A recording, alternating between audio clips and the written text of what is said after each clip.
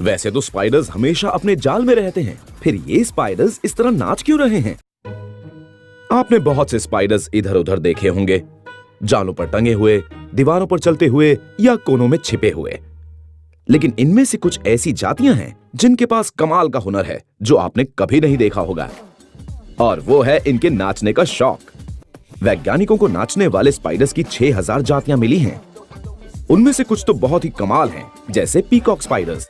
तो फिर ये सभी किसी फिल्मी हीरो की तरह डांस परफॉर्मेंस क्यों दे रहे हैं?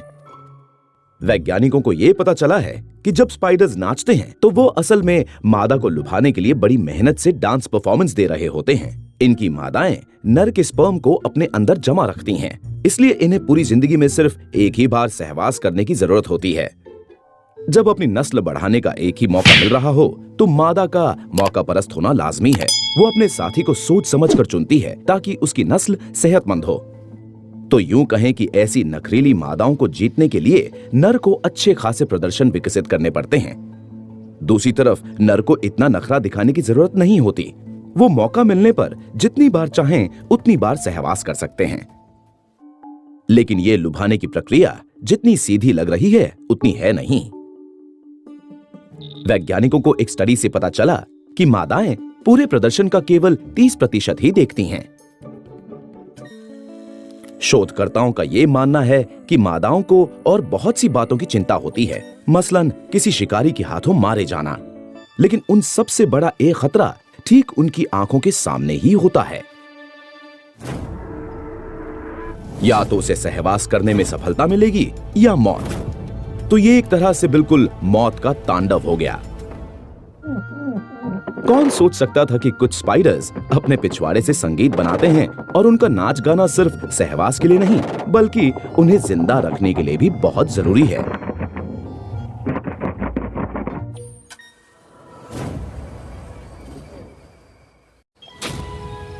अक्टूबर 2018, लेक विस्टनीडा, ग्रीस। झील के किनारे रहने वाले लोग एक सुबह जागे तो एक अद्भुत नजारा देखकर हैरान रह गए। रातों रात झील के किनारे मकड़ियों का जैसे जालों का अंबार लग गया। ये जबरदस्त जाल करीब 1000 मीटर तक फैला था। सवाल ये था कि मकड़ियों के दिमाग में ऐसा क्या चल रहा था कि उन्होंने इतना बड़ा जाल बना दिया।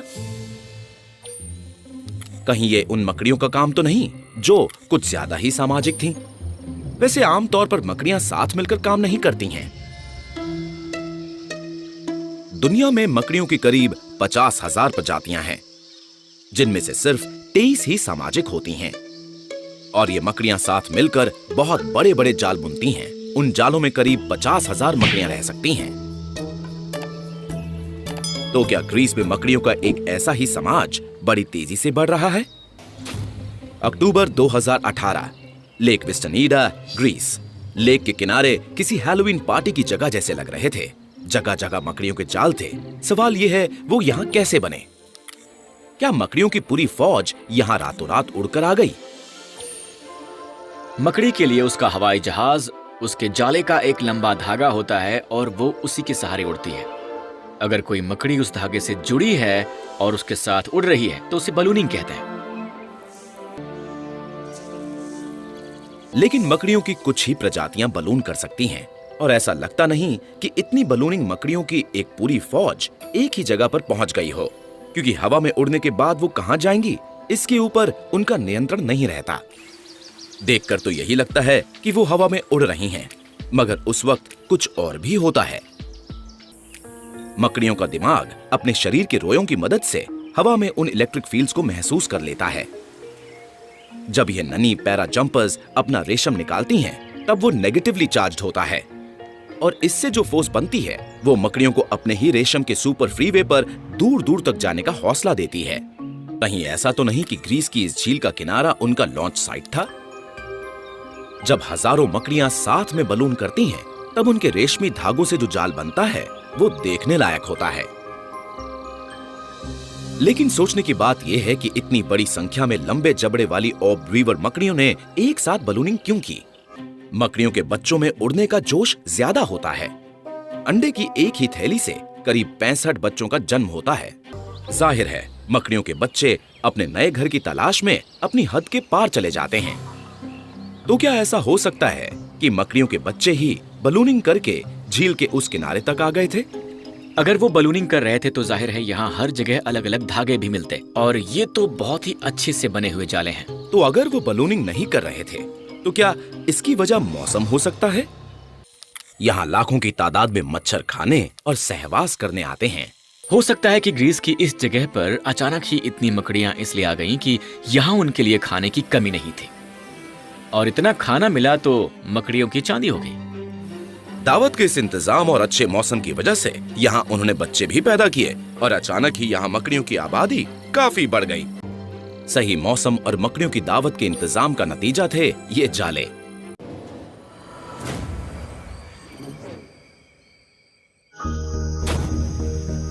यार्डीम, ब्राजील, फरवरी 2018। रातों रात एक इको पार्क का जंगली रास्ता बड़ा ही अनोखा बन गया। वो पानी में समा गया। सवाल ये है कि इतना पानी आया कहां से और पानी इतना साफ कैसे है? हर साल ऑस्ट्रिया की ग्रीन लेक स्कूबा डाइवर्स के लिए खेल का मैदान बन जाती है। पार्क के पेड़ और बेंचेस पूरी तरह से डूब जाते हैं।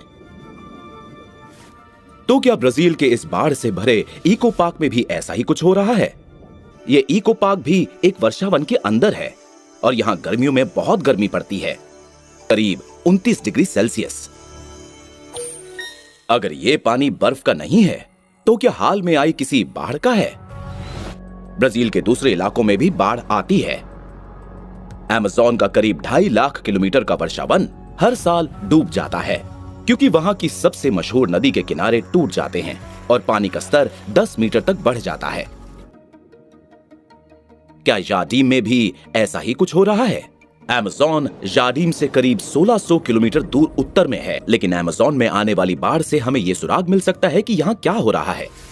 देखा जाए तो 2018 की शुरुआत में इस इलाके में बड़ी जबरदस्त बरसात हुई तो थी। बारिश से सिस्टम पर बोझ बढ़ जाता है। एक्स्ट्रा पानी तो लाइमस्टोन बेडरॉक से फिल्टर हो जाता है, मगर झरनों का पानी बढ़ता है जिससे नदी का स्तर भी नीचे से बढ़ जाता है। उसका अंजाम एक बिल्कुल साफ पानी वाली बाढ़।